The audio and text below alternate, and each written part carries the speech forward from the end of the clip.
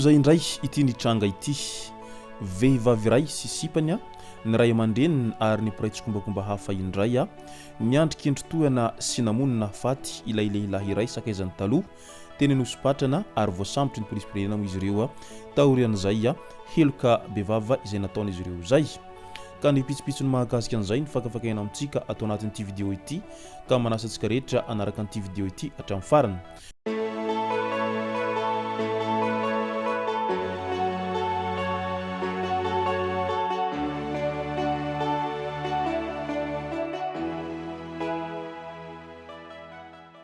Ny tonga tsy miaraba hono na mantezitra ka dia faly miaraba isika rehetra mpanaraka tsy tapaka an'ity chaîne ity tenako amin'ity androandroany ity arakan'izay efa natsipiko zay dia ny mahakasika ny famonoan'olona tena nosopatrana teny no tena iopanantsika atao anatin'ny ity vidéo ity fa milohan'izay dia ndao ihany aloha ho resahantsika ireto tsara ho fantatra manaraka ireto. Loza izay nitranga teny ankasina 67 hektara nahiditra ponjavonjo maika eny amin'ny fonjany Antanimora ilay vehivavy izay nanosika ambadiny avy teny amin'ny riana fahatelo ka matitra drano ilay lehilahy taorian'izay. Nahiditra ponja eny Antanimora izay moa ity vehivavy vadiny ity izay voalaza fa nanosika ny vadiny avy eny amin'ny riana fahatelo teny ankasina teny ny talata fahadimy ny volana Mey lasa teo iny. Izy moa mandahy tsy nanosika ny vadiny nambarany fa namerina jiro vadiny io ka nianjera teo ambaravaran-kely latsaka teny an-tokotanin'olona ary namoiny ihany. Rehefa nijeren'ny polisy nefa ny tao an-trano dia hita fa eo amin'ny varavarambe no misy jiro fa tsy eny amin'ny varavaran-kely. Ireo mpiaramonina nanamafy fa matetika miady izy mivady efa nisy fotoana naratra ny tanan'ilay lehilahy izay nokekerin-dramatoa ity. Ity farany no voalaza fa mahery fihetsika raha ny fitantarany mpiaramonina ihany eny ankasina eny ny amin'ny manodidina izy ireo zay ka ny vokatrin'izay ady mivady sy tsy fahafehezan-tena ao anatin'ny hatezerana izay zany no nahatonga an'izao loza nahafaty andrangahy izay vadiny ity ka nahatonga an'izao fidiran'ny tiramatoa vadiny ity niditra eny am-ponjany Antanimora izay ka ny hafatra ihany sy hanatra ho an'ny mpiarabelona sy ho an'ireo izay ao anatin'izay tokantrano izay na dia mafampana aza ny tokantrano indraindray ao anatin'izay hoe tsy maintsy misy ny ady izay dia mba mahaiza manatony tena ihany satria ny fotezitra tsy ananandrariny ka sao dia lasa hanaonao foana ka hifamonao rehefa avy eo manenina amin'izay rehefa vita ny ratsy na ihany koa ny zavatra tsy ninona izay ary mety ahafatampoka izany rehetra izany ao anatin'izay adiady madinidinika ao anatin'ny indray mipimaso zay ka aleo mitandrina foana rehefa misy an'izay disadisa sy ady na ihany koa hevitra tsy mitovy zay ao anatin'ny tokantrano zay. Ao anatin'izay ilo zay hatrany dia ndao ho resantsika ny amin'ny mahakasika anireto fianakaviana izay namonina faty olona teny anosopatrana ireto. Vehivavy iray sy ny sipany ny ray aman-dreniny ary mipiraitsokombakomba hafa niandrikendry-tohana sy namonina faty ilay lehilahy iray sakaizany teo aloha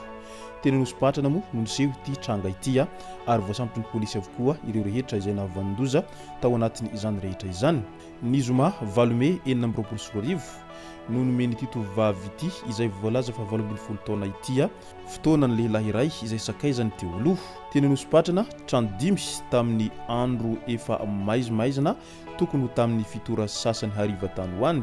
Rehefa tonga teo tamin'ny toerana izay hanaovana fionan'io anefa ny lehilahy dia efa nisy tovovavy maro niandry azy teny an-toerana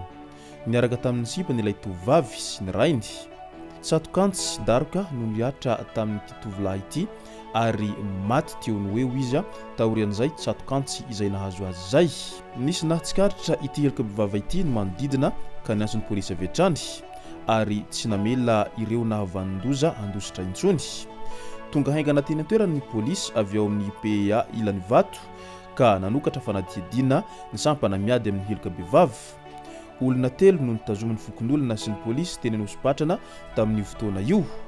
Izay mbola tsy noahiahina ho tompon'antoka fa noheverina ho vavolombelona nahita maso fotsiny ihany. Nosamborina sy natao famotorana ireo voaroroy ka niaiky ny heloka vitany ary nanondro ireo mipiraitsokombakomba hafa izay tafatsoka. Voasambotra ny 9 Mey 2024 ihany koa ireo lehilahy roa hafa izay nandray anjara tamin'ilay heloka bevava. nandritra ny famotorana dia fantatra fa ireo ray aman-drenin'ilay vehivavy no voalaza fa atidohan'ny kotrika ity famonoana ity ary efa ela no nanomanana izy ireo an'izay ketrika ho famonoana an'ity tovolahy ity izay. Mbola misy olona iray hafa ihany koa nikaroan'ny pôlisy amin'izao fotoana izao ary tsara kokoa ho azy no mitolo-batana satria tsy maintsy ho tratra ihany izy na hoela na hoaingana. Niakatra fampanaovana ny 13 Mey 2024 ny raharaha ary nampidirina amponjavojo maika eny an-tanimora avokoa izy 5 mianadahy ireo. Rehefa misy ny disadisa sy ny tsy fanarahana dia tsara hatrany ny mifampiresaka. Azo atao ihany koa ny manatona ny sampandraharahan'ny pôlisy toy ny pôlisy miaro amin'ny zaza sy ireo olona marefo ary miady amin'ny heloka mamoafady na brigade féminine de proximité BFP. Raha misy karazana herisetra miseho na arabatana na aratsaina mba ahafahana mandray fepetra sy misoroka ny valifaty na hevidratsy izay mety hitarika amin'ny heloka vehivavy manaraka indray ka noho izany aleo ihany mandinika tsara mialohany handraisana fanapahan-kevitra fa raha mandray fanapahan-kevitra tsy misy fiaverana izany dia lasa miteraka zava-doza hafa indray ho anao sy ho an'ireo manodidina anao ary aza manaiky hoentiny fo izany ao anatin'ny fanapahan-kevitra lehibe tahaka an'izao satria tena heloka bevava izany mamono olona izany ary voararany lalàna izany rehetra izany ary mety hampigadra ao anatin'ny taona maro mihitsiny ka mety hanimba ny hoavinao sy ireo zay niray tsokombakomba tao anatiny izany ketrika famonon'olona izany na nisy ny heloka sy ny hadisoana izay nataony ilay lehilahy izay nivononareo dia tsy tokony ianareo mihitsiny no handray fanapahan-kevitra hamono azy mivantana tahaka an'izany fa aleo ny fandinika tsara na ihany koa naleo nametraka fitoriana tany amin'ireo manam-pahefana mba ahafahana ny soroka ny loza sy ny tranga izay mahatsiravina tahaka an'izao ny seho zao mialohan'ny fotoana fa tsy hoe nataonareo tany sy ny fitsarana izay noetretinareo mety aminareo sy ny fisainanareo amin'izay ketrika ao famonon'olona izay mety honohon'ny valifaty na ihany koa mety honohon'izay hoe tsy fahazakana fisarahana izay no antin'izany rehetra izany satria io fitiavana io mantsy dia indraindray lasa mivadika fankahalana tampoka izany rehefa ao anatin'ny fisarahana izay ka mety ho anton'izany rehetra izany avokoa no nahatonga an'izao ketrika famonon'olona izao izay niseho teny nosopatrana izao ka izao zany dia lasa niditra any amponja avokoa ianareo sy ny fianakaviana izay naray tsokombakomba sy naray petsapetsa tao anatin'izay ketrika famonon'olona izay na dia efa nomaninareo tahaka ninona aza izany rehetra izany fa io dia tsy maintsy ho tratra foana ny mpanao ratsy na hoela na hoaingana amin'ity tany ity tsy misy an'izany hoe mpanao ratsy afabela izany ao anatin'izay ratsy rehetra izay nataon'izay izay no masaka azona roso tao anatin'ity video ity tompo lasy tompoko vavy misaorantsika rehetra nanaraka an'ity video ity hatramin'ny farany azadino ny milaiky ny video antsika ary tsara voatrandry ny miabone amin'ny chaîne antsika mba ahafahanareo manaraka tsy tapaka ny video izay lefa nahito isan'andro tompoko lasy tompoko vavy makasitraka dia mirary soa.